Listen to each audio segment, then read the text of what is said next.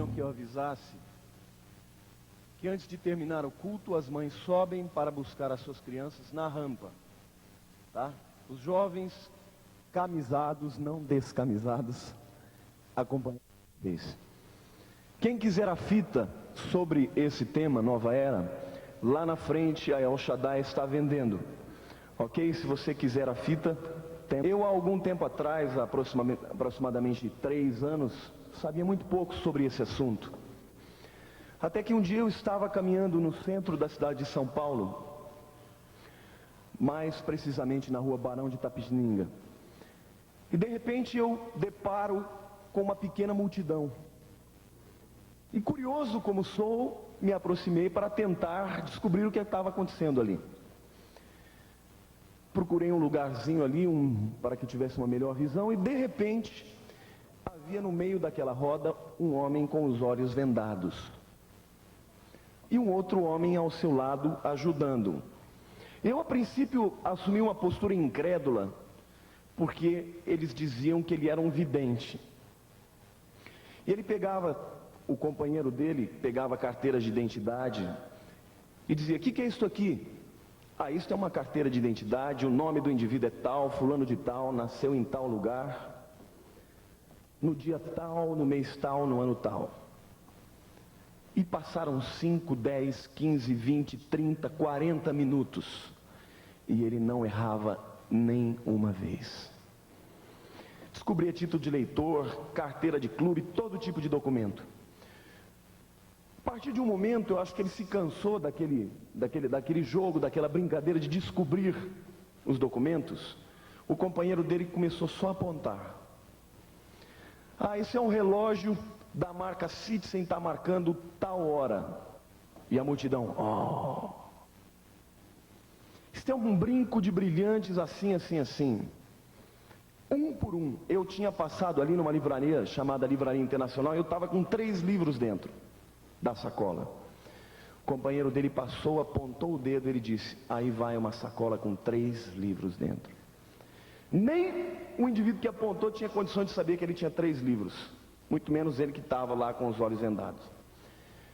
A princípio eu fiquei incrédulo, depois fiquei com medo, depois fiquei com raiva. Falei: "Meu Deus, é uma enganação. Já que ele é um telepata, eu vou entrar nessa corrente telepática e vou atrapalhar." E comecei a fazer força. E nada do indivíduo errar. Até que o Espírito de Deus falou no nosso coração. Porque o Espírito de Deus fala. Você crê nisso? Quem crê aqui que o Espírito de Deus fala, diga amém. Esse povo aqui tá uma bênção, viu? O Espírito de Deus falou comigo assim: "Desse jeito não vai ter conversa. Não adianta fazer força. A questão aí não é de mentalizar nada. Esse é um espírito de adivinhação. Por que você não faz como Paulo fez, orou, lá em Filipos?" Falei: Senhor, mas Paulo também foi apedrejado e também foi para a cadeia. Orar eu vou orar, mas não vou me delatar nada, vou ficar na minha." E eu comecei a orar. Quando eu abri a minha boca, eu comecei a orar em línguas. E instantaneamente o indivíduo errou. O companheiro dele falou assim: "Você errou!" Acho que ele nunca tinha errado na vida dele. E ele ficou tentando acertar e nada de acertar. Aí passaram 5 minutos e o companheiro dele disse assim: "Vamos fazer silêncio. Porque esse tipo de ato precisa ser feito em lugar fechado, sob portas fechadas. E você podia até ouvir uma mosca se ali passasse." E nada dele acertar. E eu ali orando baixinho. Passaram mais uns 5 minutos e ele disse assim: "Tem alguém atrapalhando aqui?" E eu disse: "Sou eu mesmo, Senhor." Morrendo de medo de ser acusado ali, né? Falei: "Mas se o Senhor quiser que ele me descubra, ele vai descobrir." E eu tenho convicção de que ele sabia que era eu, porque eu estava à sua esquerda. E ele se voltou para mim, mas não quis o confronto. E eu continuei orando, orando e nada dele acertar. Até que, num determinado momento, eu falei: "Bom, vou seguir o meu caminho." E fui em direção ao caixa eletrônico. para onde eu me dirigia antes de me encontrar ali com aquela pequena multidão. Andei uns 20 passos e senti o desejo de voltar. E quando eu voltei, o homem estava acertando tudo de novo. E naquele momento Deus falou comigo: meu filho, eu te trouxe aqui para que você visse o poder do espírito das trevas, o espírito de engano. Mas eu te trouxe aqui para que você conheça e diga ao meu povo que o meu poder é maior. E você vai e diga ao meu povo que está na hora de deflagrar uma luta de vitória, e está na hora de deixar de lado a religiosidade e conhecer o poder de Deus, que sobrepõe qualquer poder das trevas. E a partir de então, eu comecei a me interessar por esses fenômenos, assim chamados esotéricos, e comecei a estudar sobre Nova Era. E já tenho falado a muitos grupos, já tenho lido muitos livros, tanta porcaria que Deus teve que guardar a minha mente. Mas eu quero que você ouça com atenção. Haverá momentos em que, por estar trazendo um conteúdo histórico, talvez você tente se dispersar, e mesmo existirá um espírito tentando te tirar a atenção. Mas preste atenção, meu irmão, porque eu não tenho a mínima dúvida de que este é o mover, esta é a preparação, este é o palco do anticristo sendo preparado para este engano, para este espírito de engano, de heresia, de apostasia que acontece nos nossos dias. Você vai ouvir hoje esta palavra e vai sair daqui pedindo a Deus que guarde ela no seu coração, para que você não seja enganado por Satanás e por todos os seus enviados. O que é Nova Era? Será que Nova Era é uma religião? Sim ou não? Não é, acho que eu não vou mais precisar ensinar, esse povo sabe tudo. Nova Era não é uma religião. Nova Era é um movimento muito mais abrangente, que envolve todos os setores da sociedade. Nova Era está ligada à música, está ligada à arte, aos esportes, está ligada à religião, à filosofia, à educação. Nova Era está ligada à política, à economia, em todos os setores da sociedade. Se você gosta de ecologia, eles estão no meio da ecologia também. Nem todo movimento ecológico é da Nova Era, mas entre os ecologistas existem os New Agers, ou os adeptos da Nova Era. Há um livro mundialmente famoso chamado A Conspiração Aquariana. Quem já leu esse livro? A Conspiração Aquariana, não perde muita coisa não. Esse livro foi escrito por uma mulher chamada Marilyn Ferguson, que é considerada uma das principais filósofas desse movimento Nova Era. Por que conspiração? Em primeiro lugar, porque conspirar significa respirar juntos. O que é conspirar então? E por que aquariana? Os adeptos da Nova Era dizem que nós estamos saindo da era de peixes e entrando na era de aquários.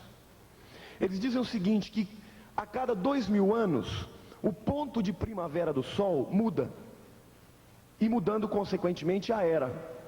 Eles dizem que na época de Jesus, o Sol estava saindo de Áries para Aquários, e aí então Jesus foi o avatar levantado para instaurar a era de peixes.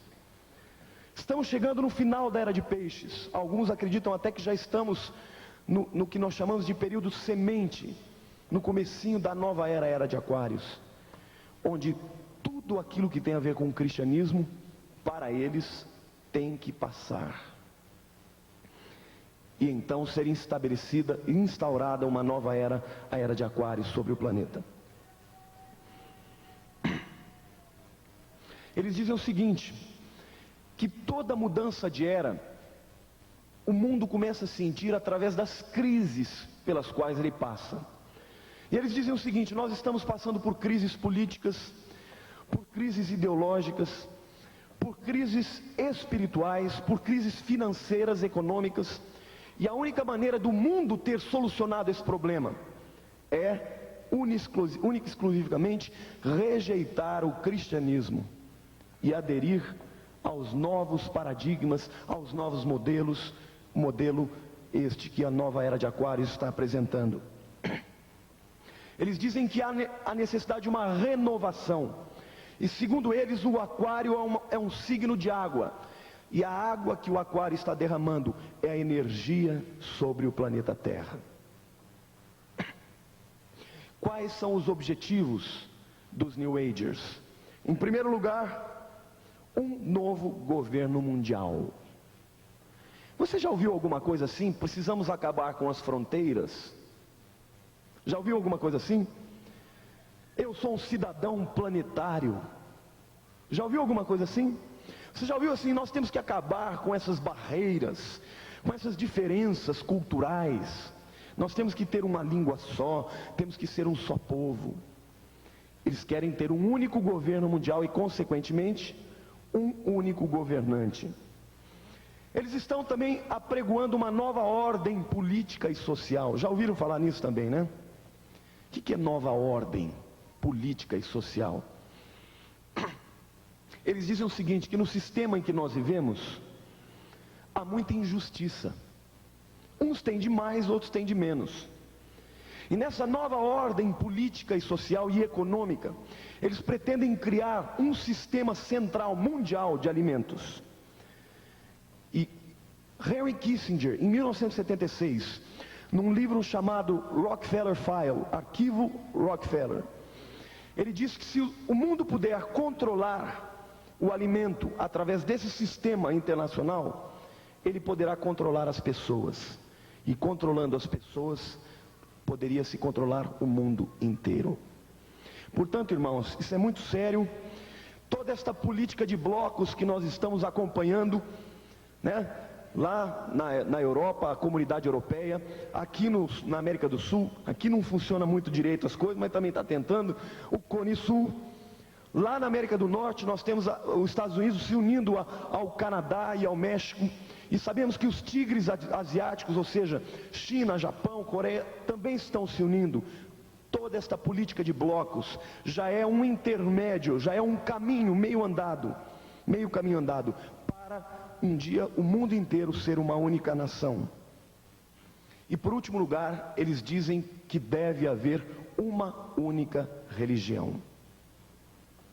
Como é que vai ser feita essa religião? Você empresta um pouco da sua, eu empresto um pouco da minha, joga tudo dentro de um balaio de gato e mistura tudo, e esta vai ser a nova religião. E é interessante, irmãos, que o mundo diz assim, todos os caminhos levam a Deus. É isto? O que a palavra de Deus diz? Quem é o caminho, a verdade e a vida? Então adivinhem quem vai criar problema para os New Agers? Os cristãos. Então eles têm aversão ao cristianismo. Timothy Leary, um dos psicanalistas mais controvertidos do mundo, teve há pouco tempo aqui no Brasil e foi entrevistado pela Marília Gabriela. E ele estava falando sobre esta religiosidade, e ele disse assim, olha, há duas religiões que são funestas, são malignas. E ela falou, quais delas? O cristianismo e o judaísmo. Estranho, né, irmãos? O judaísmo, porque é o povo de Deus, está meio afastado, mas vai chegar pelas profecias bíblicas. E o cristianismo, que é a igreja, é a noiva do Senhor Jesus. Agora, glória a Deus, porque com as trevas eu não quero parte nenhuma. Amém? Teve gente dizendo ainda que os organizadores deste evento aqui estavam ligados à nova era. Isso é mentira, isso é espírito de engano. Quando eles pensaram e Deus colocou no seu coração de falar sobre nova era, é exatamente para condenar esse movimento de engano. E você precisa conhecer muito a respeito dele, para que você não venha a aderir às suas prerrogativas, os seus direcionamentos. Eles pregam que deve haver uma quebra, portanto, do individualismo político. Eles acham que deve haver a unificação dos impostos.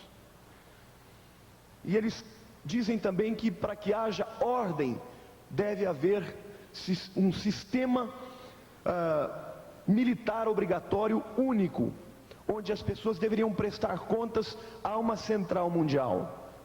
Estranho, né, irmãos?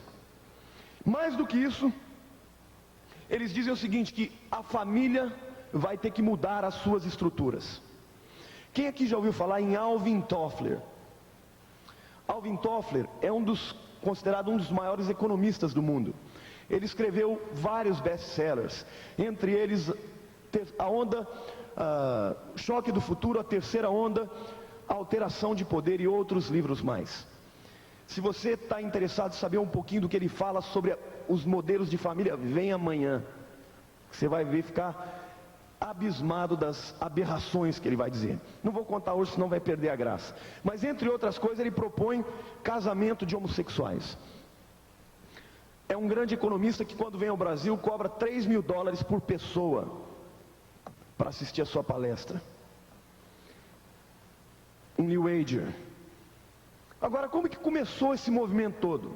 Como será que começou este movimento Nova Era? Tem duas vertentes. A primeira delas é uma vertente histórica, e a segunda dela é uma vertente espiritual religiosa. A vertente histórica começa lá no ano de 1750, com um judeu alemão chamado Michel Moses Bauer. Esse indivíduo, ele era um ourives, e um dia ele estabeleceu no seu estabelecimento, sem ser redundante, uma placa vermelha, que no idioma alemão é Rothschild. Ele teve um filho chamado Meyer, que mudou o nome da família para Rothschild. E esse Meyer Rothschild se tornou um grande banqueiro. E ele teve muitos filhos. Naquela época as pessoas ainda tinham muitos filhos. Hoje você tem 2 e não quer ter mais. Naquela época as pessoas tinham muitos. E ele enviou 5 dos seus filhos para 5 grandes cidades na Europa: Nápoles, Viena, Paris, Frankfurt e Londres, com o propósito de criarem bancos e formarem um cartel de bancos e dominarem o mundo através do poderio econômico. Dinheiro manda, irmãos? Manda ou não manda? Então, se eles vão, obviamente, tentar tomar posse de poder, de proeminência. No ano de 1773, esse Meyer ele se uniu com outros 12 homens e fundou o chamado Clube dos 13, ou Conselho dos 13. E eles chamaram um homem chamado Adam Weishaupt, que era sacerdote de Lúcifer, de uma seita luciferiana, satânica. E eles disseram o seguinte: olha, você vai preparar um plano para dominar o mundo inteiro. Obrigado.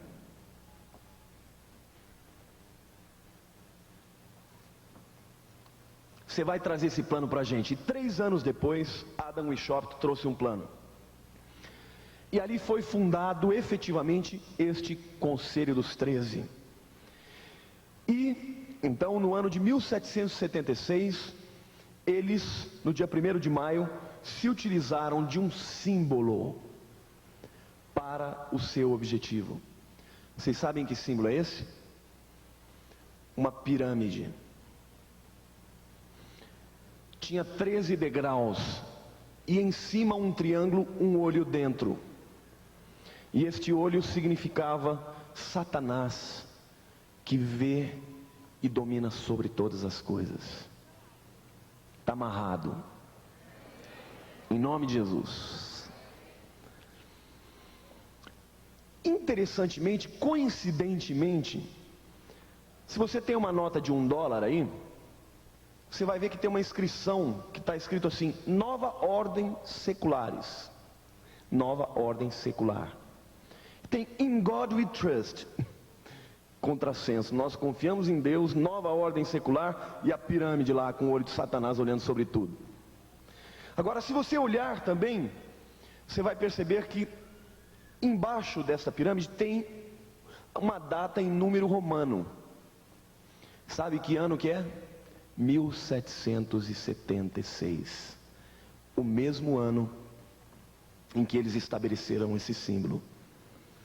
Estes homens, então, tinham objetivos de desestabilizar a humanidade, porque quando os países estão desestabilizados economicamente, ideologicamente, eles se tornam mais fracos, mais suscetíveis às influências e manipulações. E eles estiveram envolvidos em muitas das grandes guerras. Eles estiveram envolvidos na Revolução Francesa, estiveram envolvidos na Revolução Russa, na Primeira e na Segunda Guerra Mundial. E qual era a finalidade disso? Por exemplo, eu quero dar uma ideia para vocês. A Primeira Guerra Mundial, ela foi fomentada para desestabilizar o czar, o regime russo czarista. O que aconteceu? Nos anos de 1914 a 1918 estourou a Primeira Guerra Mundial e a Rússia teve que entrar. O que acontece com uma nação que entra em guerra? O que acontece, irmãos? Perde dinheiro, fica sem condições de sustentar a sua própria estabilidade interna. No ano de 1917, os bolchevistas estouraram a Revolução Russa. E por incrível que pareça, isso já está em vários livros, até em português. Karl Marx, que foi o homem que escreveu O Capital, foi sustentado por alguns capitalistas para escrever o livro O Capital e ser um dos mentores, um daqueles que haveriam de fomentar a Revolução Russa. Portanto, eles criaram a Revolução Russa, a Primeira Guerra Mundial, para levar a Rússia a uma revolução interna. Agora, para que eles queriam que a Rússia tivesse uma revolução? Se eu perguntasse aqui na rua, na cidade de Londrina, quem crê em Deus e quem não crê, vocês acreditam que existiria um bom número de pessoas que diriam não crê em Deus? Sim ou não? Sabe o que é isto? Isto foi o legado que a Revolução Russa nos deixou. Antes de tal época, não havia o conceito de ateísmo no mundo. Isto era circunspecto, isso estava fechado a alguns pequenos grupos de intelectuais. Mas não eram muitas as pessoas que diziam não creio em Deus. Era quase que intrínseco ao ser humano. A pessoa nascia crendo que Deus existia, mesmo que tivesse conceitos diferentes a respeito de Deus. Mas todo mundo cria que havia Deus. Com a Revolução Russa, com o comunismo, com o ateísmo, com o materialismo dialético, ideológico, as pessoas começaram a descrer em Deus. E até ficou chique dizer eu sou agnóstico. Se perguntar para as pessoas o que é ser agnóstico, elas não vão saber o que é. Mas fala, eu sou agnóstico, sou ateu, batendo no peito como se fosse uma grande vantagem. Essa foi a contribuição da Revolução Russa, e para isso eles fizeram a Primeira Guerra Mundial. Na Segunda Guerra Mundial, por incrível que pareça, Hitler também recebeu somas altíssimas. Há um livro que chama, aqui em português, Sociedade Planetária, que mostra inclusive quem foram os banqueiros que custearam Hitler. Muitos deles dos Estados Unidos, da Inglaterra, inimigos políticos de Hitler. Agora, para que havia necessidade de uma Segunda Guerra Mundial? Para trazer de volta um sentimento de antissemitismo, de perseguição ao judeu, ao povo de Deus. Portanto, como vocês veem, eles estão envolvidos em todos os segmentos. Houve um primeiro-ministro da Inglaterra que disse assim: as pessoas que estão no poder não são aquelas que estão às claras, mas são aquelas que estão nos bastidores. Como nasceu o movimento Nova Era, do ponto de vista religioso? Mas antes de entrar nesse aspecto, eu quero dizer que desde então, esta comunidade, a comunidade do Conselho dos 13, se uniu, se aliou à maçonaria, e ambas as entidades esotéricas fechadas estiveram lutando para impetrar este plano de domínio do mundo, de levar o mundo a um único governador e, dominando o mundo, dominar em todos os aspectos, inclusive religioso. Mas e do ponto de vista religioso, como começou a Nova Era? Começou com uma mulher chamada Helena Petrivna Blavatsky. Já ouviu falar dela? Se você entrar em qualquer livraria, aí você vai ver muitos dos seus livros. Isis Sem Véu e muitos outros. Esta mulher, ela disse ter recebido de alguns espíritos cósmicos um direcionamento para também estabelecer no mundo uma única religião e um único povo. E ela recebeu todas as orientações. E esses espíritos teriam dito a ela o seguinte: olha, vocês vão permanecer em silêncio durante 100 anos, dos anos de 1875 até 1975, quando então vocês vão se abrir para o mundo e revelar este plano, o plano da nova era. Durante esse período eles deveriam estar se preparando, tanto estrategicamente quanto espiritualmente, mentalizando, buscando os espíritos para se aprimorarem, para receberem essas energias cósmicas e então levarem ao mundo esta mensagem. Esses espíritos também teriam dito a ela que eles deveriam usar de alguns símbolos. Símbolos, para que símbolo? Ora, você começa a vender o seu peixe, você começa a lançar um símbolo para que todo mundo veja, a pessoa começa a achar bonitinho, e de repente ela entra dentro de uma livraria e vê o símbolo que ela gosta num livro. Ela vai e compra o livro e começa a aderir àquele movimento. Vamos ver alguns dos símbolos que nós temos aí conhecidos por muitos de vocês.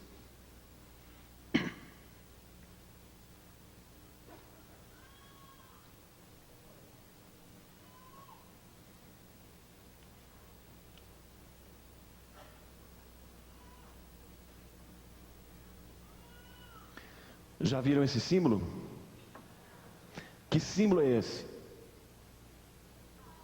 Town and Country. É um símbolo de uma corrente de filosofia budista que chama Yin e Yang. O que significa Yin e Yang? É um equilíbrio entre as forças cósmicas opostas. Bonito, mas não vale nada. Se vocês observarem, eles são absolutamente simétricos. No peixinho branco tem uma bolinha preta. No peixinho preto tem uma bolinha branca. Sabe o que eles querem dizer com isso? Que os opostos eles se completam e que um não vive sem o outro. E que não existe mais nenhum absoluto. O que é um absoluto? Me dê um exemplo prático daquilo que é absoluto. Jesus é o caminho, a verdade e a vida. Ninguém vem ao Pai senão por mim. Isto é um absoluto? Agora eu vou mostrar para vocês o que não é um absoluto. Todos os caminhos levam a Deus. Não se engane, irmãos. As maiores mentiras são as camufladas por meias verdades. Portanto, eles dizem o seguinte: não existe nada que seja absoluto. Não existe bem que seja totalmente bem, e não existe mal que seja totalmente mal. Em todo o bem existe um princípio de mal.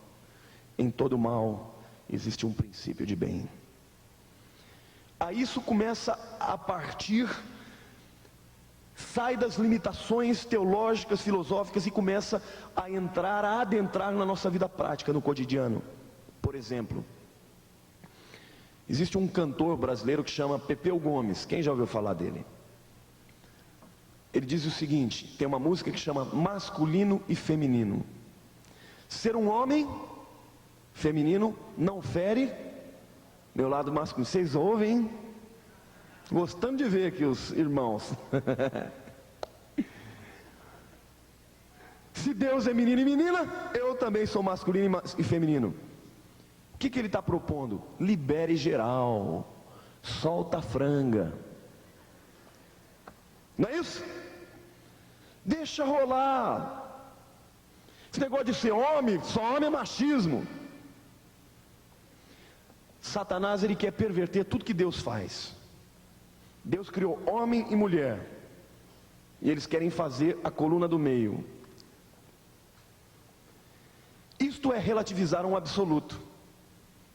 E muitos vão além, dizem o seguinte, que você só vai encontrar a verdadeira felicidade se você liberar esse outro lado seu.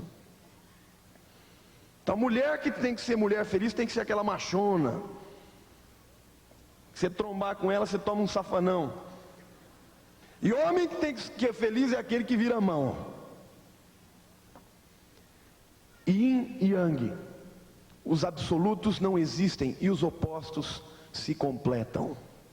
Isso é uma grande mentira, isso é uma grande falácia. Deus criou o homem. Deus é bom, nele não há nenhuma treva. A palavra de Deus diz assim: toda boa dádiva e todo bom dom perfeito vem do Pai das luzes, em quem não há sombra de mudança nem variação. Jesus diz que Ele é a verdade, Ele não é uma meia verdade, e nenhuma das verdades. A nova era quer terminar com todos os absolutos, com os paradigmas, com os valores. Eles querem mudar tudo aquilo que nós cremos e para aquilo que vivemos. E essa é a razão porque eles nos veem como inimigos, como adversários. Eles dizem mais. Eles dizem que esses paradigmas, eles são mudados gradativamente. Essa Merlin Ferguson, ela diz o seguinte: olha, no primeiro momento, a sociedade resiste. Fala, não, nunca vamos nos transformar. Num segundo momento, aquela geraçãozinha que está vindo, começa a aderir. E num terceiro momento, a sociedade já mudou. E você sabe como é que eles estão fazendo para mudar a cabeça dos seus filhos? Eles estão entrando na televisão, nas escolas, na educação, e os crentes tudo ligadinho na tela da Globo, onde nas novelas a mulher do outro é sempre mais bonita, onde a sua esposa é a chata, a amante é a compreensiva. E uma vez eu me peguei, quando eu assisti a novela, eu me peguei torcendo para outra. Que chata que essa mulher tem que ficar com a outra. Eu falei, meu Deus do céu, o que eu estou falando aqui? Esta é a maneira como eles vão mudando os conceitos. Há algum tempo atrás, quando abriu no país, acabou com a censura. Até então você não via nenhuma revista de mulher nua. Se você visse, você ficava até meio assim. Hoje, você liga a televisão, qualquer novela que se preze, tem que ter uma mulher pelada ali na frente. E os crentes tudo conversando, batendo papo, até falando de Deus com aquela mulherona pelada na frente. Veja como é sutil e como é sério. Isto já não está causando repugnância. Isto já não está causando indignação na vida do povo de Deus. E aí depois o crente diz assim: ah, meu Deus, por que eu não tenho poder? Não tem, porque está deixando entrar pelos seus olhos tanta porcaria. Tanta porcaria, tanta miséria. Ah, Senhor, eu quero a unção. E fica ligadinho lá, deixando-se corromper com todas essas ideologias. E além do aspecto ideológico, filosófico, existe o aspecto espiritual também. Porque você recebe toda uma ministração de demônios que vão te oprimir e começar gradativamente a te levar a um afastamento, à apostasia. Não é brincadeira não. Próximo símbolo.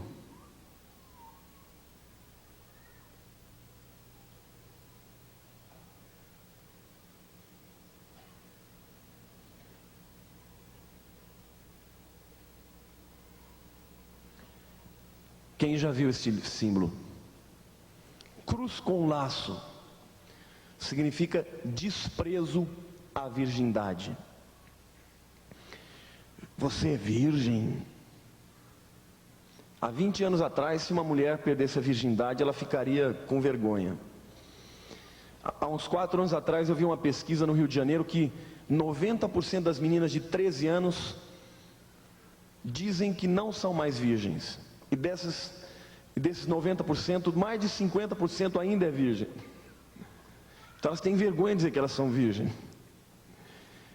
Então vocês percebam a mudança dos valores. O sexo não é mais a bênção de Deus para duas pessoas que se amam, mas é esta pouca vergonha, esta irresponsabilidade que leva as pessoas à morte, à AIDS. E nós crentes, muitas vezes, nos calando diante disso. Próximo.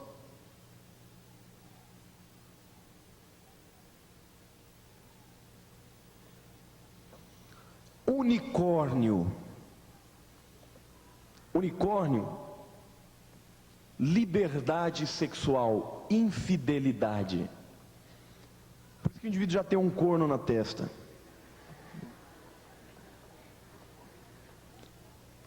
Não pensa que é brincadeira. É uma tentativa de levar as pessoas à ideia de que fidelidade não implica exclusividade. Esta mesma Marilyn Ferguson, ela diz o seguinte: escuta, se o casamento quer continuar firme como instituição, ele vai ter que se adaptar. E alguns dos seus conceitos, das suas prerrogativas, dos elementos prementes, das considerações precípuas, vão ter que ser mudados. Por exemplo, fidelidade. E ela diz o seguinte: olha, fidelidade está relacionado com algo que é muito mais essencial, e não com essa questão secundária de você não ter outros casos. Você pode ser fiel tendo mais 3 ou 4. É isso que ela diz abertamente lá. Por isso, este unicórnio significa liberdade sexual e infidelidade. Próximo.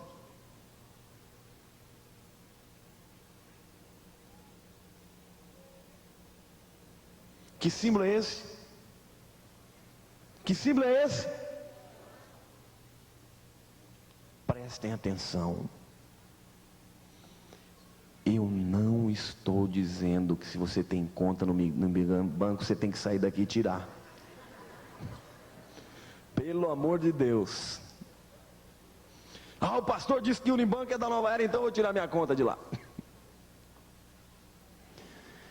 Esse símbolo é um símbolo que é chamado de fitas entrelaçadas ou de vidas entrelaçadas. E se você nota bem, ele não tem começo nem fim. E o que está subjacente, ou seja, por debaixo do pano? A ideia de que nós dependemos uns dos outros. E que nós temos que nos ligar às pessoas a despeito das diferenças. Veja como é sutil. Jesus disse que nós temos que amar o pecador, mas nós não podemos nos unir a eles nas suas obras malignas, não é isso? Bem-aventurado o varão que não anda no caminho dos ímpios, não se detém na roda dos escarnecedores, não anda segundo o caminho dos ímpios, não se detém e não se assenta nas rodas dos escarnecedores. Antes o seu prazer está na lei do Senhor, e nela medita de dia e de noite. Você pode estar ligado a uma pessoa que vive em trevas e ter comunhão com ela? Sim ou não? Mas você pode amá-la, não pode? Mas eles dizem que não, que você tem que estar ligado e tem que abrir mão de muitos dos princípios. Agora, como vocês viram, os símbolos da nova era já estão em grandes grifes, em nomes muito importantes do nosso país. Town e country, todo mundo usa, sem perceber que town é cidade, country country é campo. São dois opostos, e que por detrás disso está uma filosofia. Por isso vocês vejam como eles vão entrando subrepticiamente, muito sutilmente, de maneira que a hora que você viu, você já está utilizando dos seus jargões, das suas terminologias. Por exemplo, eu já vi crente, pasmem, dizendo: ai meu Deus, só pode ser meu karma mesmo. Não é possível, deve ser meu karma. E karma é um termo que vem do hinduísmo, utilizado largamente pela nova era. Portanto, vejam como isso é sério. A gente ri, mas não é para rir só, não, é para chorar também. Próximo. Próximo símbolo.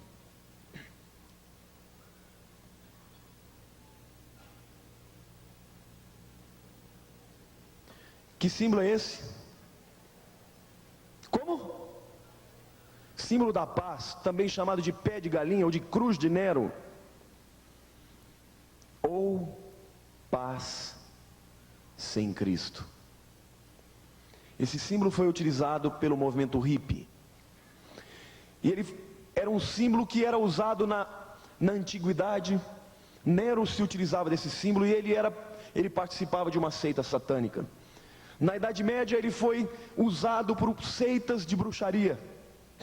E foi trazido de volta no século XX, na década de 50, para lutar contra o movimento armamentista.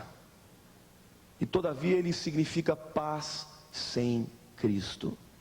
Eu pergunto para você, quem é o príncipe da paz? Diga mais alto. Jesus. Será que alguém pode ter paz sem Jesus?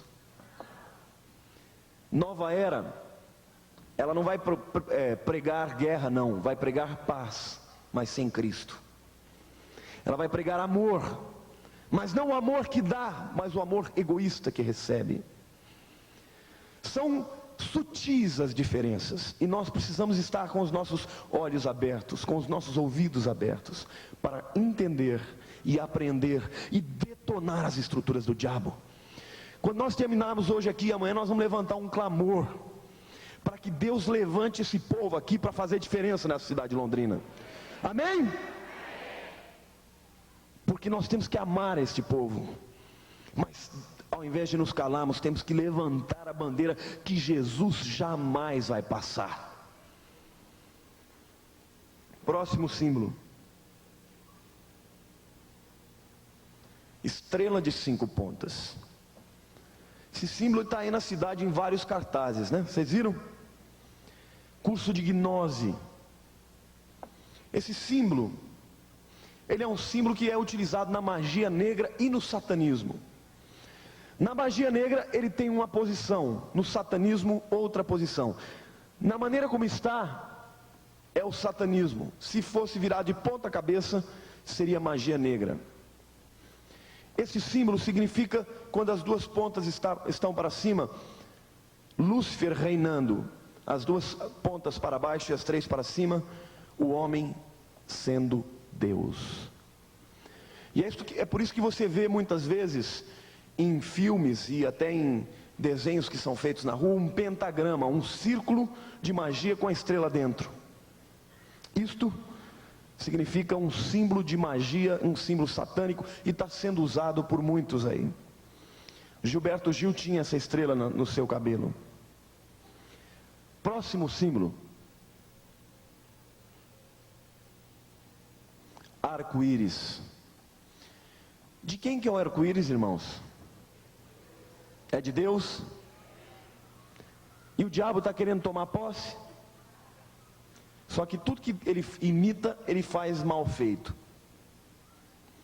O arco-íris de Deus é da terra para a terra. O arco-íris da nova era é um arco-íris pela metade, que vai da terra para o céu. Significa uma ponte entre as mentes dos homens ao reino do Shambhala, que é o reino de luz, onde Lúcifer reina. Arco-íris está em todos os lugares. Aquele desenho animado que vocês conhecem, os ursinhos carinhosos, esses desenhos se utilizam dele. Muitos dos desenhos, a própria Xuxa usa um arco-íris pela metade. Significa uma ponte entre as mentes ao Shambhala, esses espíritos cósmicos. Quando nós tivemos até há pouco tempo atrás aqui a chamada Expo 92, Exposição Internacional de Sevilha. Eu até estou com um bonequinho ali do seu Elias, eu tenho que devolver. Mas essa exposição foi uma exposição maior que já houve até hoje. Reuniu 40 milhões de pessoas do mundo inteiro lá na Espanha. E o símbolo dele era um bonequinho.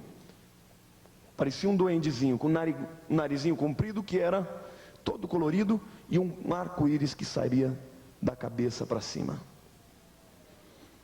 eles estão em todos os elementos, todos os aspectos da sociedade. Acabou, né?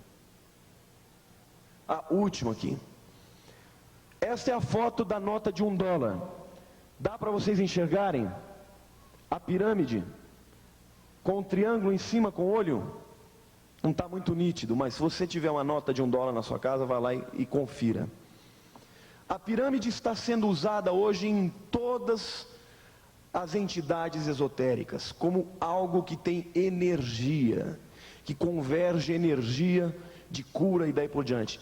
Que tem energia, tem, só que é satânica. Tem muitas pessoas que ficam debaixo dessas pirâmides e constroem pirâmides. Existem já empresas.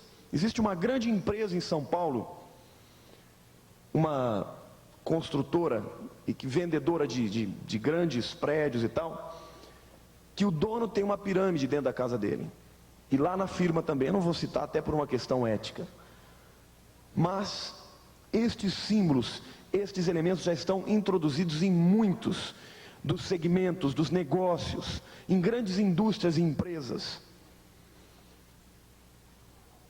Vimos então a simbologia. Pode cortar, por favor. E nós entendemos também que eles têm uma hierarquia. Qual é a hierarquia dos New Agers? Começa lá em cima, no topo, com o Shambhala. O que é o Shambhala? O reino de Lúcifer. Agora, onde é que está, segundo as Escrituras, o reino de Satanás? Aonde? No inferno nada. Nos ares. Porque nossa luta não é contra a carne e o sangue, mas contra os principados e potestades, da onde?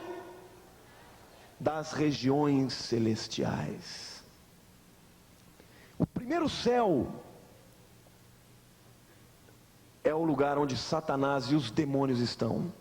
Então esta ponte entre os homens e os espíritos cósmicos, a ponte entre os homens e o Shambhala, é a ponte entre os homens e o reino de Satanás. Abaixo disso vem então,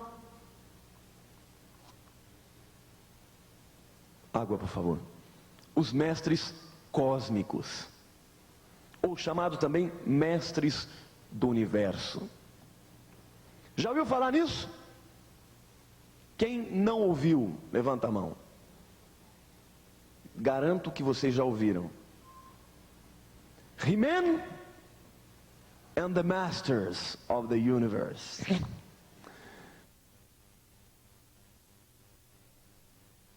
O maior de todos os avatares.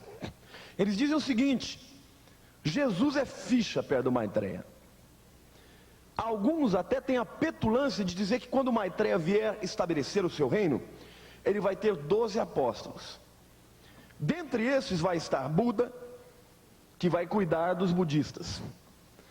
Jesus, que vai cuidar das igrejas cristãs. E ele vai ser o Senhor Todo-Poderoso. Está amarrado. O reino dele não vai durar 1000 anos, não. 7 no máximo. E aí Jesus vai vir com o sopro da sua boca e vai destruir o anticristo com a sua palavra. Ele é o Senhor.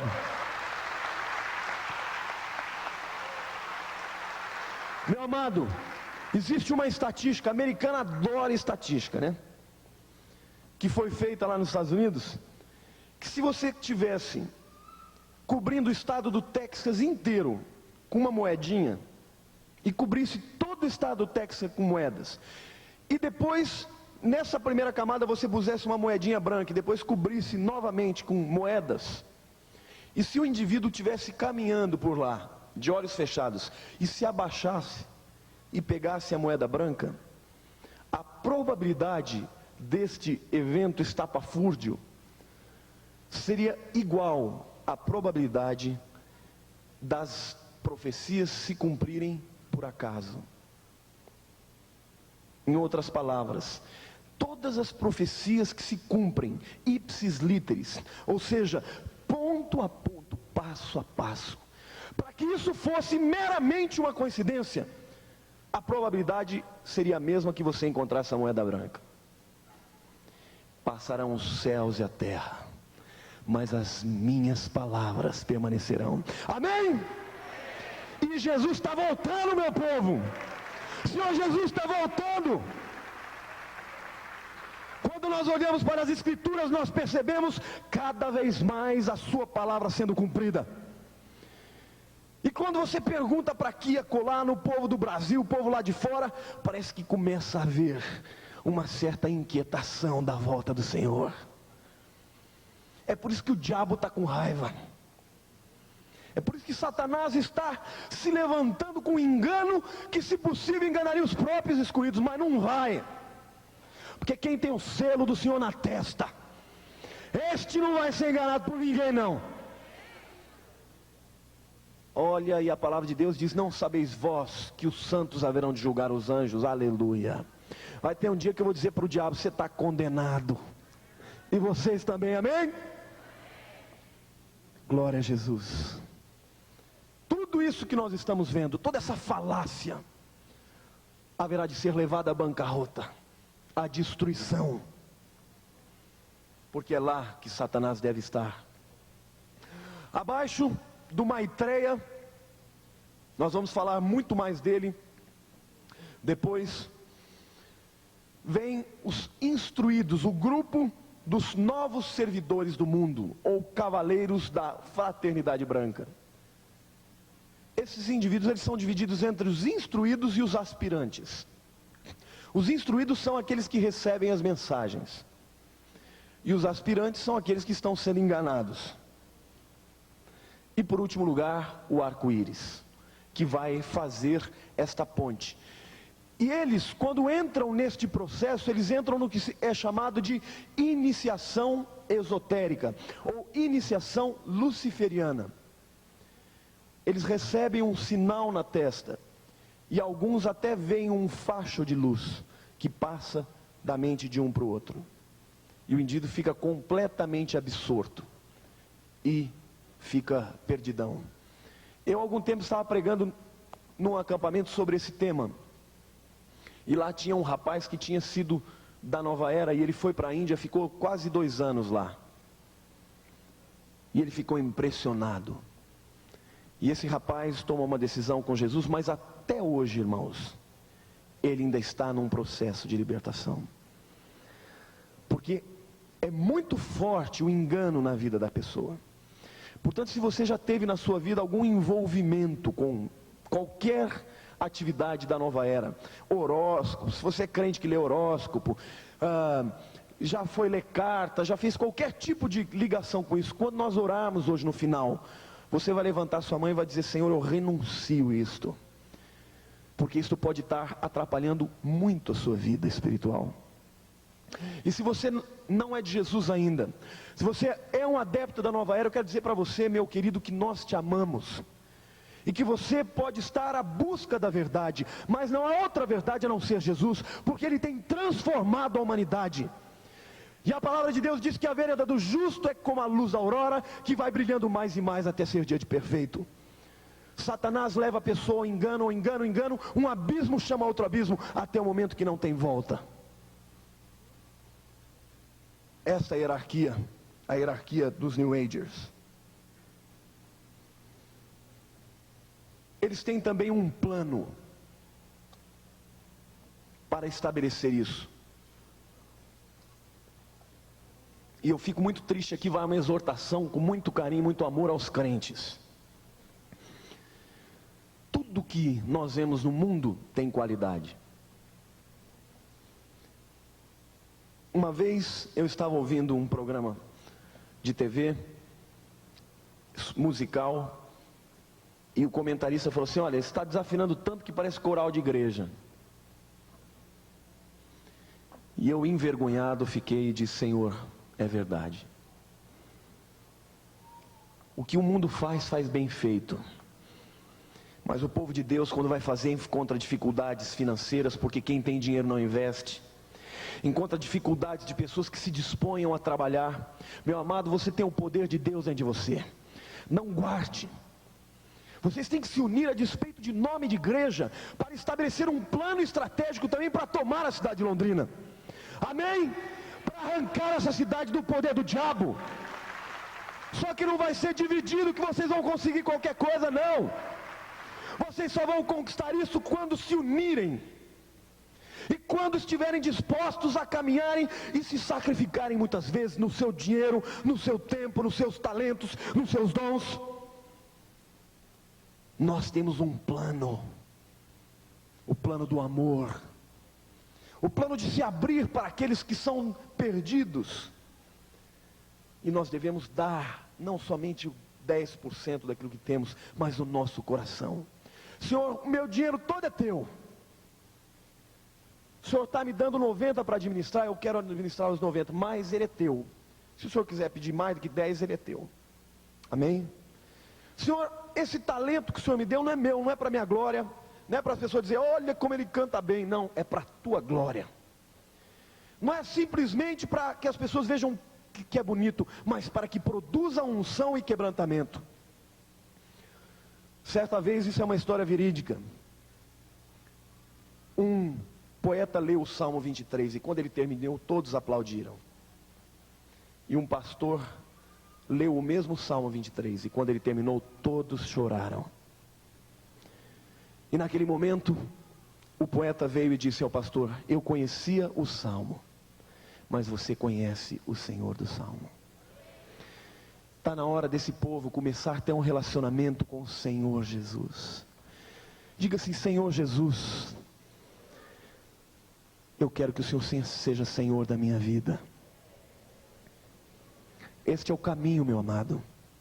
Este é o caminho para que você seja levantado e que toda nuvem negra que paira sobre a nossa nação, toda maldição, toda mensagem de incredulidade, de macumbaria, de esoterismo, de impunidade, seja transformada em bênção, quando o povo de Deus começar a sanear pela palavra da sua boca. Nós temos que ter um plano. Os New Agers têm o seu. O primeiro plano deles é estabelecer uma nova religião mundial e uma nova ordem política e social. Adivinhem quem que eles querem que seja o líder? O Maitreya, a quem nós chamamos de anticristo. Segundo aspecto do plano é que este plano ele só será concretizado a partir do momento em que esta religião for estabelecida. A nova ordem política depende da nova religião. Eles dizem o seguinte, olha, as pessoas não se dobram à coerção. Elas não se tornam subservientes, elas não se tornam submissas, elas não se tornam capachos, a menos que haja uma manipulação espiritual. Então, para que nós consigamos que haja um líder sobre o mundo todo, ele tem que ter condições de manipular as pessoas do ponto de vista religioso. Então eles propõem o quê? Uma nova religião. E nesta religião, eles dizem que o código vai ser o número 666. Interessante, né? Já ouviram essa história em algum lugar? Parece conhecida, né? Não é brincadeira não, irmãos. Quem aqui já ouviu falar do código de barras? Código de barras são aquelas barras que você vê em muitos produtos. Existem vários números ali, mas nas barras das extremidades, esquerda e direita, e a barra do centro, são barras maiores que não têm número. E segundo um relato da própria IBM nos Estados Unidos, aqueles números são números de código 666. Quando você vai, por exemplo, em São Paulo, entra num shopping, na C&A aqui deve ter também, você vai fazer compra, e ao invés de você encontrar lá no produto o preço, você vai encontrar o código de barras. E até é bom, né? Porque nesse país aqui a inflação não existe, mesmo é zero. Então não muda de preço, faz 5 anos que o preço são os mesmos, né? Então você imagina os indivíduos mudando todos os preços da loja, não tem condição. O que eles põem? Eles põem o código de barras, aí quando você passa no caixa, o leitor óptico passa sobre aquele número e sai na telinha do computador. Qual é a mercadoria, se tem estoque, quanto custa. E é muito mais fácil você mudar só dentro do sistema do que mudar em todos os rótulos. Portanto, o código de barras, ele funciona para facilitar. E todos os elementos, todos os produtos têm o seu número individual, mas todos eles, o 666. E já existe uma tentativa na Europa de introduzir subcutaneamente, ou seja, por debaixo da pele, um pequeno chipzinho, ou através de laser, a sua carteira de identidade. Vai ser um código de barras e mais o 666. Ou no braço ou na testa. Por quê? Porque no braço, se o indivíduo perder o braço, põe na testa. Se perder a testa, não precisa mais. Não é isso? Então, coloca lá e o indivíduo vai ter o seu número, o seu código. Ele não vai mais precisar mais de carteira de identidade, nenhum documento, porque todos os elementos concernentes ao indivíduo estarão lá no computador. Aí você vai, chega no supermercado, e ao invés de você tirar o cheque, e o supermercado correu o risco de ser um cheque frio, ou um cheque borracha, aquele que bate e volta, ele consulta imediatamente a sua conta, e quando você paga, já é debitado automaticamente lá do computador central. E eles querem, como nós vimos, um banco mundial central. Eu vou passar agora um filmezinho que foi feito, ele é rapidinho, para que vocês vejam. É feito por um grupo sueco, mas está cantado em português. E é uma historinha para adolescentes, mas que nos dá um antegosto, pelo menos daquilo que vai ser no período da tribulação, quando o anticristo vai obrigar as pessoas a colocarem este número sobre os seus pulsos ou sobre a testa. Com som, por favor. Se quiser apagar a luz aqui também seria bom. Muito mais. Amém? E o gostoso da gente saber que nós não passaremos por essas coisas. Porque a palavra de Deus diz, porque vós não fostes destinados para o dia da ira. Amém? Ninguém vai botar na minha testa número nenhum. E olha, nós estamos vivendo nesses dias. Quando nós olhamos para o desenvolvimento até de projetos de multimídia. Hoje em dia nos Estados Unidos você já tem um aparelho que é telefone, fax, vídeo, computador, e esses projetos de multimídia têm a intenção de levar o ser humano um dia, cada um ter o seu próprio computador e, obviamente, ser controlado à distância. Nós estamos vivendo nos últimos dias, não sei quanto tempo vai demorar, não podemos dizer a data, né? Quem é aquele coreano que disse que era anteontem? Mas ele disse que era anteontem, e eu tinha certeza desde o princípio que aquilo era uma cilada do diabo, porque agora quando a gente fala que Jesus vai voltar, os incrédulos vão dizer, mas não era para voltar outro dia ali? Mas Jesus disse que ninguém sabe o dia e a hora, mas que nós deveríamos analisar os tempos. Amém? Está pronto? Ok. Prestem atenção. Não precisa apagar tudo não, só isso tá bom. De manifestação, né? Eu sou o amor que expande, eu sou o poder que expande, purificando, transformando, elevando toda a matéria, eu sou o amor que expande, envolvendo a terra. Eu sou o amor que expande, eu sou o poder que expande, purificando, transformando, elevando toda a matéria, eu sou o amor que expande, envolvendo a terra. Um dos grupos mais recentes a chegar a Alto Paraíso é o dos Cavaleiros de Maitreya da Ordem Santo Grau. Os budistas esperam por um outro Buda. Os cristãos esperam pela volta de Jesus. Os judeus pela volta do Messias. Os muçulmanos por Imam Mahdi. E eles dizem o seguinte, que o Maitreya, ele vai ser o Cristo de todos, porque a palavra Cristo é ungido, é rei. Então ele diz o seguinte, que nós, cristãos, vamos ter as nossas ansiedades, o nosso desejo pela justiça, pela liderança de um líder mundial, que nós cremos ser Jesus, nós vamos ter no Maitreya. que os budistas vão ter no Maitreya, e que ele vai unificar todas as religiões em torno de si mesmo. É isso que eles dizem. Então este plano, ele vai ter um segmento ideológico, político, econômico, mas vai ser do ponto de vista religioso, que ele vai responder a todas as questões, as dúvidas, as ânsias do ser humano.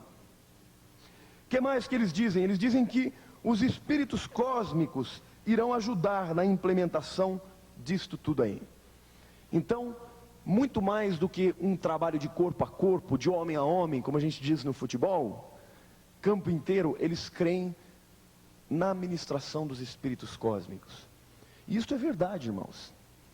Estes demônios, a palavra de Deus diz que nos últimos dias muitos apostatarão da fé, dando ouvidos a espíritos enganadores e a doutrinas de demônios. Nos nossos dias são caracterizados por dias de heresia, por distorções, por mentiras, por desvios da palavra de Deus. E mesmo dentro do meio daqueles que estão buscando um avivamento, buscando um relacionamento pessoal com Cristo, há o perigo da heresia. Cuidado, não aceitem uma experiência que não tenha fundamento na palavra, não importa de quem venha.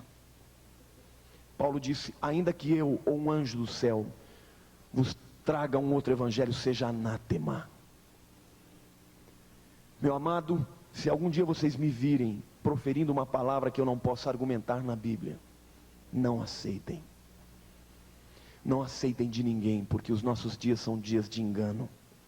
Nós vivemos debaixo de uma grande pressão do espírito de engano, que vai levar as pessoas à apostasia. E esta palavra no grego, apó, uma preposição que significa da parte dele, estasis, que vem do grego eimi, significa apartar-se de, a mesma palavra usada no grego clássico para divórcio. Só se divorcia quem casou. Portanto, os nossos dias são caracterizados por um grande afastamento da verdade. Permaneça na palavra de Deus, porque você não vai ser enganado. Temos que lutar contra os espíritos de engano.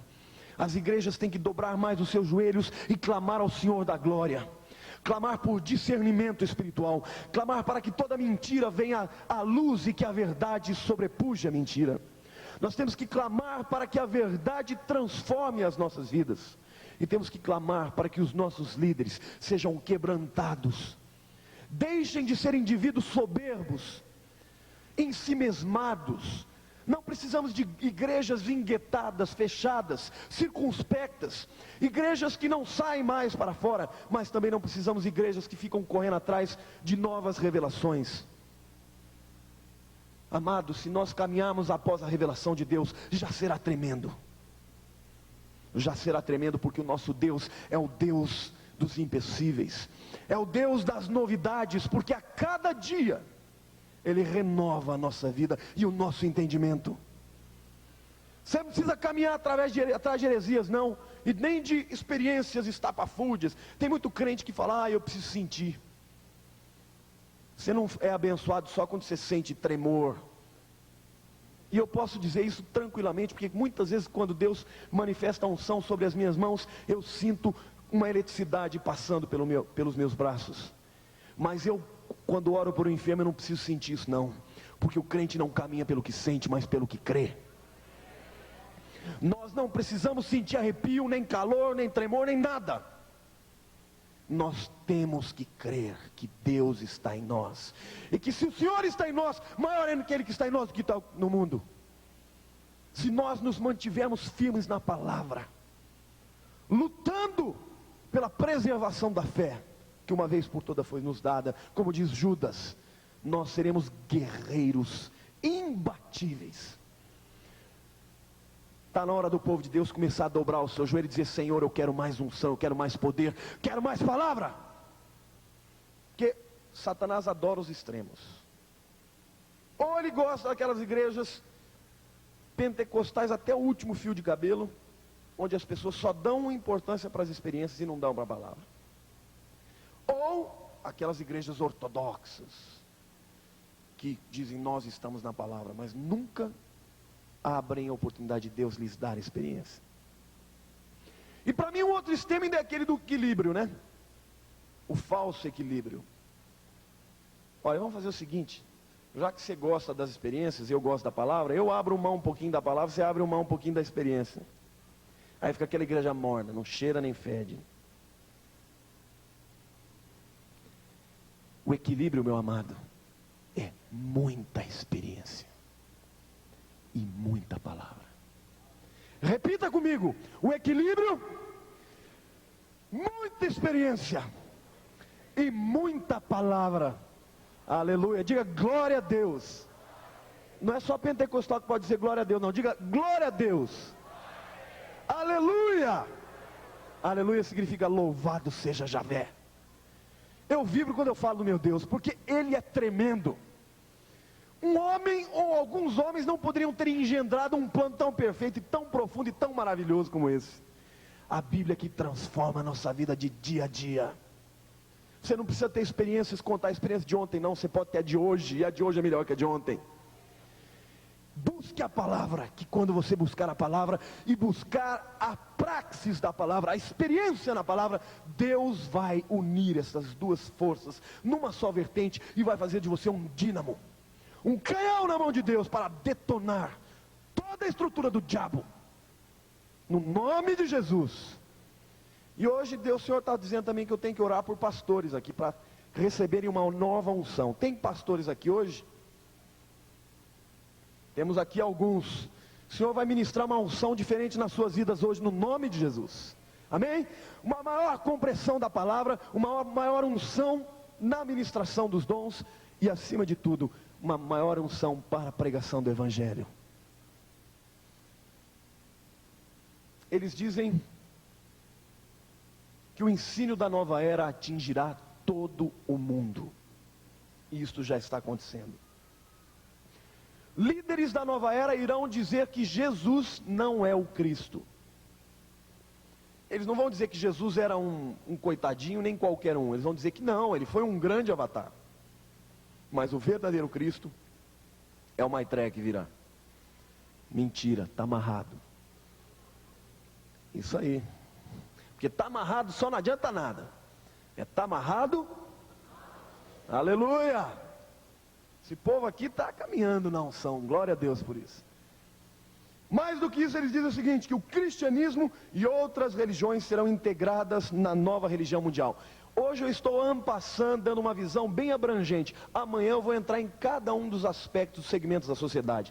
Nós vamos falar da família, nós vamos falar da igreja, nós vamos falar de religião, nós vamos falar de educação, nós vamos falar de filosofia, nós vamos falar de sexualidade, nós vamos falar de desenhos, vamos falar de televisão. Não perca. Você vai sair daqui estupefacto. E vai sair daqui motivado para ser um pregador da palavra e dizer, olha, não é nova era coisa nenhuma. Só existe uma era que vai ser nova. E eu tenho até medo de dizer que é nova era. Que é a era de Cristo. Ela era nova. Que vai ser uma era de restauração, onde o Senhor Jesus vai reinar sobre todo mundo. Amém? Esta é a era pela qual esperamos. Eles dizem o seguinte, que os cristãos que não aderirem a essas prerrogativas serão eliminados. Agora pasmem. Tem gente aí, eu li numa revista especializada na Nova Era, chama Ano Zero. Eles dizem que está chegando perto do nosso planeta uma estrela negra, porque já perdeu a sua energia. E quando ela puder exercer gravidade sobre a terra, ela vai chupar todos aqueles que não aderirem à nova era. É engraçado, né? Sabe como é que eles chamam essa estrela? Planeta Chupão. É verdade. Agora a palavra de Deus diz que eles vão crer na mentira, porque não creram na verdade. Por isso Deus lhes enviará a operação do erro. Todos estes homens que você prega o evangelho e permanecem radicalmente contrários, soberbos, endurecidos, esses crerão na mentira, porque não creram na palavra da verdade. Agora eu pergunto para vocês, qual que é mais difícil crer? No soberano Criador, que vem tirar os seus escolhidos, ou num planeta inanimado,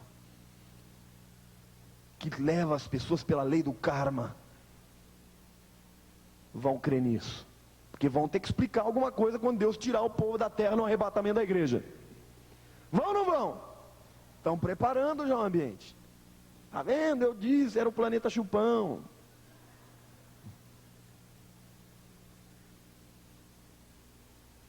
E nós não vamos estar aqui para contar a história, né? Glória a Deus por isso, aleluia. Eles dizem que aqueles que não aceitarem vão ser eliminados, quer desta maneira, quer morrendo. Crianças serão seduzidas espiritualmente nas escolas para promover a nova era. Já existe até no Colégio Batista em São Paulo aula de relaxamento. Vejam como é sério. E amanhã nós vamos falar um pouco como funciona no sistema fisiológico este relaxamento e para que eles usam aquela música calminha. Vocês vão entender um pouquinho do que eles pretendem, como eles agem. Ciência e religião serão unificadas. É interessante que eles não se utilizam de jargões, de terminologia cristã, nem evangélica, nem religiosa. Poder, eles não falam poder, eles dizem energia. Não é isso? Viagem astral. Todos os termos, evolução. Eles se apropriam dos termos científicos para quê? Para que a ciência comece a se apropriar do seu misticismo. É uma mescla de religião e misticismo.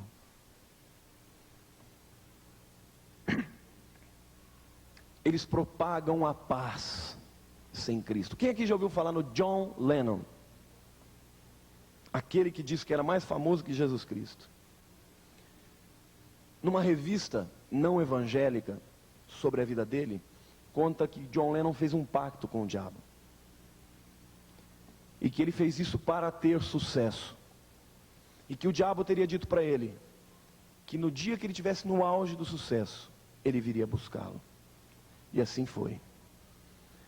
O diabo, quando dá com uma mão, ele toma com as duas. Jesus, ele dá e não cobra. Porque a sua palavra diz: dá e dar-se-vos-á.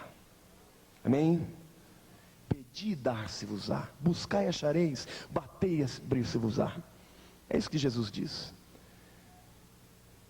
John Lennon escreveu uma música que chamava Imagine. Imagine. E ele começa a imaginar, a elocubrar naquelas viagens, as tergiversações. E ele começa a imaginar algumas coisas. E uma das coisas que ele imagina é que não haja heaven. Agora, heaven é uma palavra que no inglês significa céu do ponto de vista espiritual. Porque existe uma outra palavra, sky, que é firmamento, céu, firmamento. Então ele diz: acima de mim só o sky, só o céu, firmamento. Debaixo de mim, não inferno. No hell below us. Nenhum inferno debaixo da gente. E ele diz: imagine o mundo todo unificado, mas sem céu e inferno. Ele imaginou tanto esse mundo de paz, que ele recebeu como salário, como bônus, a sua vida sendo ceifada. Não existe paz sem Jesus, porque Ele é o príncipe da paz. Eu quero que agora esse povo aqui feche os seus olhos.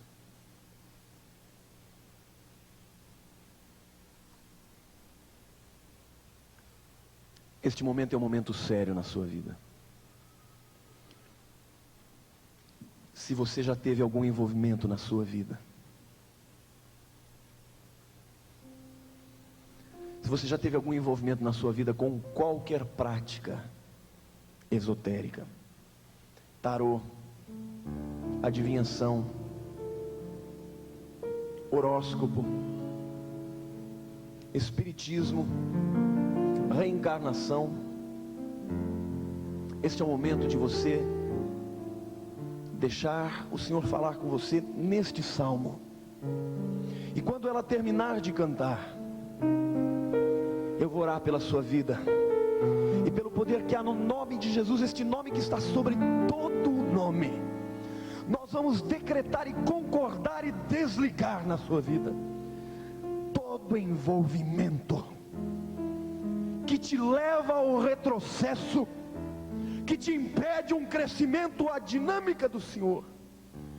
E Jesus vai te libertar hoje. Ouça esta palavra cantada.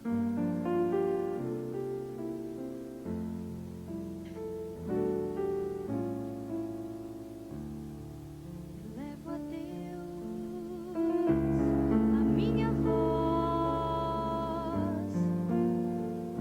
e a Ele clamo. Elevo a Deus a minha voz para que me atenda no dia da minha angústia. Procuro o Senhor.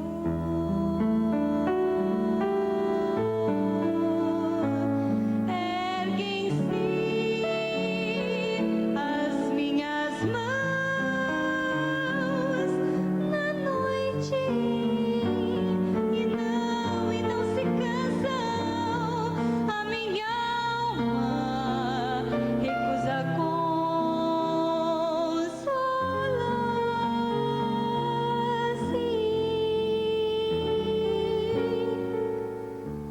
Mas quando lembro das tuas obras, oh, quão grande tu és, para livrar-me da minha angústia, tal qual fizeste com os filhos de Israel. Por isso a minha alma te louva, ó Senhor.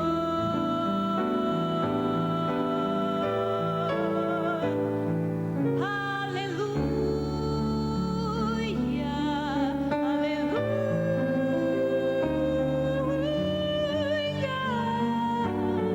aleluia, aleluia,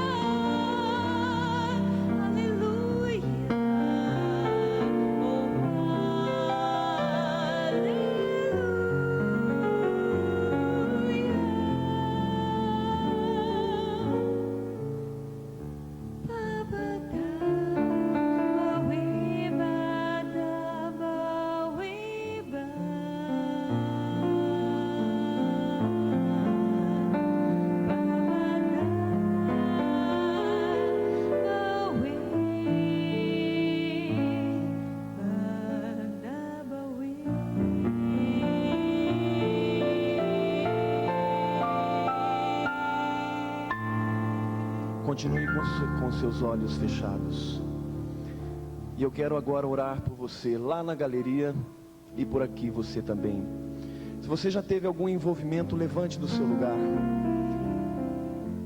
E eu quero orar pela sua vida. Esse momento é um momento sério. Vem por essa vida lá atrás, por essas vidas. Senhor Jesus,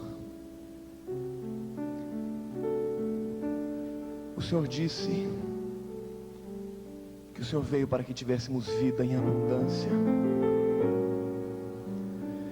Por isso, nesse momento, Pai, nós clamamos que a tua espada venha romper estas cadeias.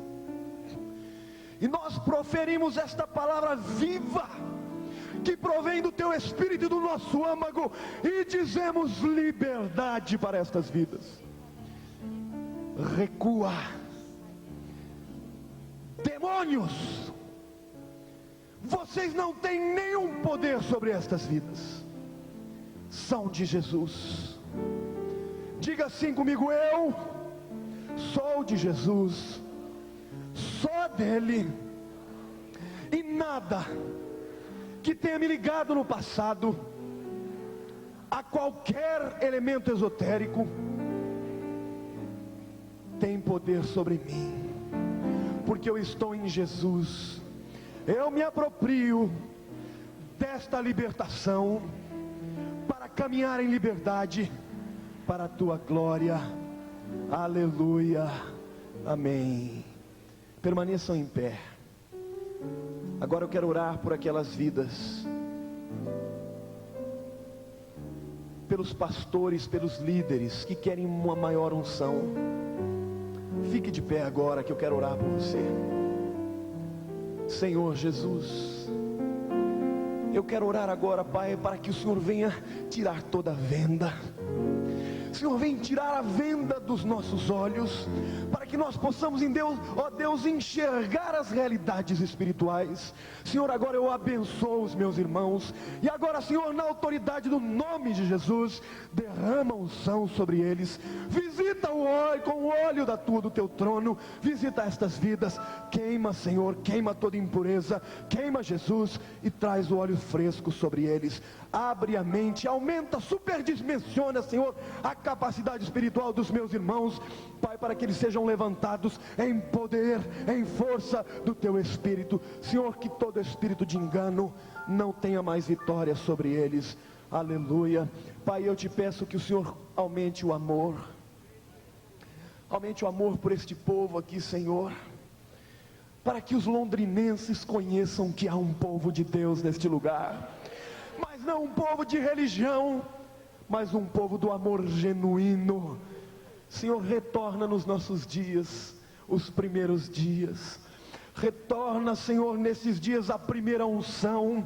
Retorna nestes dias os mesmos milagres. Retorna, Senhor, as mesmas conversões, porque a tua palavra diz das chuvas serôdias, das últimas chuvas. Senhor, vem derramar, vem tirar todo o deserto, vem molhar toda a terra árida, para a glória do teu nome. Receba a unção do Senhor sobre as suas vidas, porque o Senhor está visitando agora. Aleluia, glória ao Senhor Jesus, Ele exaltado, o Rei exaltado. Vamos levantar todos agora. Se você crê que Jesus jamais vai passar, se você crê que não há ninguém para quem devemos nos curvar e nos prostrar, se você crê nisso, diga: Jesus, Jesus, eu te amo, Jesus, você é o meu Senhor, é o meu Salvador, e eu te exalto, e eu te glorifico com a minha vida, com os meus sentimentos, com o meu intelecto, com o meu espírito. Aleluia.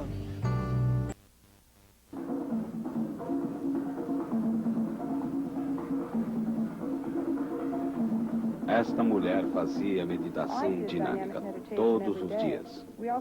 Também era chamada de meditação Kundalini. Ela diz que começa com uma respiração catártica, que pode mover sua energia e tirar você de sua consciência e fazer com que esta energia penetre em seu corpo. Você apenas respira.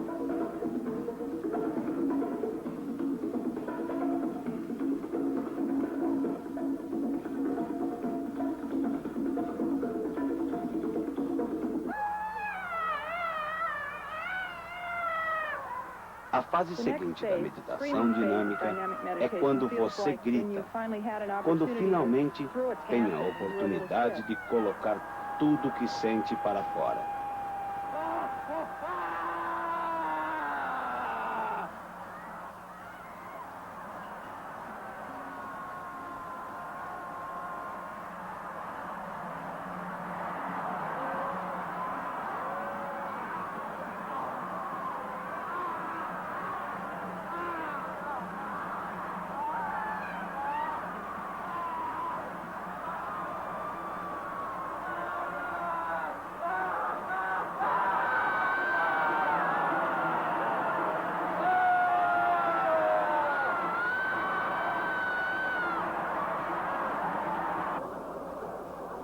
Quando chega a terceira fase, onde se pula, você já não está lá. É bem difícil lembrar o que aconteceu.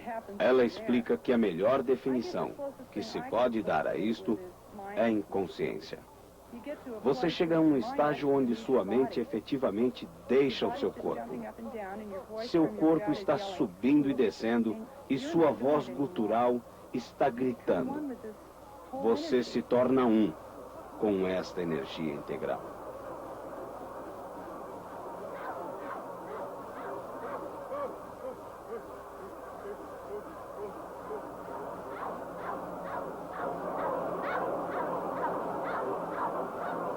A fase seguinte na dinâmica é a mais silenciosa.